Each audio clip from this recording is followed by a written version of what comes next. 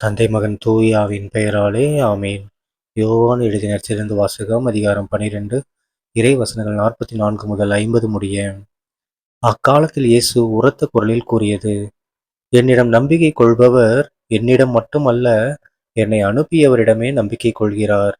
என்னை காண்பவரும் என்னை அனுப்பியவரையே காண்கிறார்.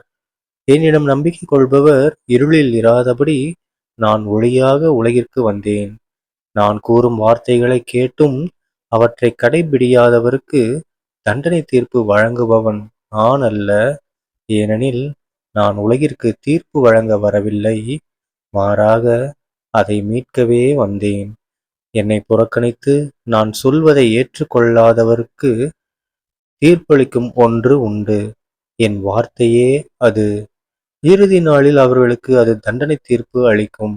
ஏனெனில் நானாக எதையும் பேசவில்லை, என்னை அனுப்பிய தந்தையே நான் என்ன சொல்ல வேண்டும், என்ன பேச வேண்டும் என்பது பற்றி எனக்கு கட்டளை கொடுத்துள்ளார். அவருடைய கட்டளை நிலை வாழ்வு தருகிறது என்பது எனக்கு தெரியும்.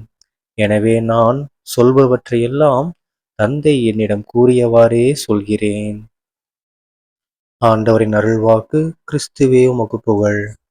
அன்பார்ந்த சகோதர சகோதரி, இன்று பாஸ்கர் 4ஆம் வாரம் ஏப்ரல் 29ஆம் தேதி 2026ஆம் வருடம் புதன்கிழமை. இன்றைய நற்செய்தியில பாருங்க, நம்ம இயேசு கிறிஸ்து ஆண்டவர் என்ன சொல்றாரு? நீங்க என் மேல நம்பிக்கை வச்சீங்கன்னா கடவுள் மேல நம்பிக்கை வச்ச மாதிரி. ஓகேங்களா? அப்படின்னா என்ன அர்த்தம்? நம்பிக்கை ஏசப்பாவை நம்ம வைக்கலன்னா என்ன அர்த்தம்? கடவுளையே நம்ம நம்பலன்னு அர்த்தம். ஓகேங்களா? இரண்டாவது என்ன? நாம ஏசப்பாவை பார்க்குறோம் அப்படின்னா கடவுளையே பார்க்குற மாதிரி. ஓகேங்களா? அது மட்டும் இல்லாமல் ஏசப்பா இன்னொன்று என்ன சொல்றாரு? நான் உலகத்துக்கு ஒளியாக வந்தேன். ஓகேங்களா? ஏன்னா நம்ம எதுவுமே அறியாத மக்களாக இருந்தோம், இருளில் வாழ்ந்து கொண்டு இருந்தோம். என்ன செய்யணும், எது பண்ணா கரெக்டு, அது இது குழப்பத்துல எதை கடைபிடிக்கணும், எதை கடைபிடிக்க கூடாதுன்னு ஒரு குழப்பம் நிறைந்த வாழ்க்கை வாழ்ந்துட்டு இருந்தோம். ஆனா அப்படிப்பட்ட வாழ்க்கையில ஒரு ஒளியாக ஏசப்பா வந்தாரு. ஓகேங்களா? அவர் சொன்ன வார்த்தைகள்லாம் பார்த்தீங்கன்னா நாம நினைக்கிறோம் அது சும்மா அவரா ஏதோ பேசுறாரு, கிடையாது. அவர் என்ன சொல்றாரு? நான் என்ன சொல்றேன் அப்படின்றதெல்லாம் யார் சொன்னாங்களாம்? கடவுள் சொன்னதை தான் நான் சொல்றேனே தவிர நானா எதுவும் சொல்ல. ஓகேங்களா? ஸோ கடவுள் பேசுகிற வார்த்தைகள். ஸோ நம்ம ஏசப்பா சொன்ன மாதிரி வாழ்ந்தோம்னாலே என்ன அர்த்தம்? கடவுளுக்கு ரொம்ப பிடிச்ச வாழ்க்கை நம்ம வாழ்றோம்னு அர்த்தம். அப்படி வாழ்ந்தோம்னாலே என்ன ஆகும்? இறுதி நாளில் நமக்கு கடவுள் நல்லபடியாக செஞ்சு கொடுப்பாரு நம்ம வாழ்க்கையை. ஓகேங்களா? நம்முடைய விண்ணக வாழ்க்கை நல்லபடியாக அமையும். இல்லைன்னா தீர்ப்பு தான். சரிங்களா? தந்தை மகன் தூயாவின் பெயராலே ஆமீன்.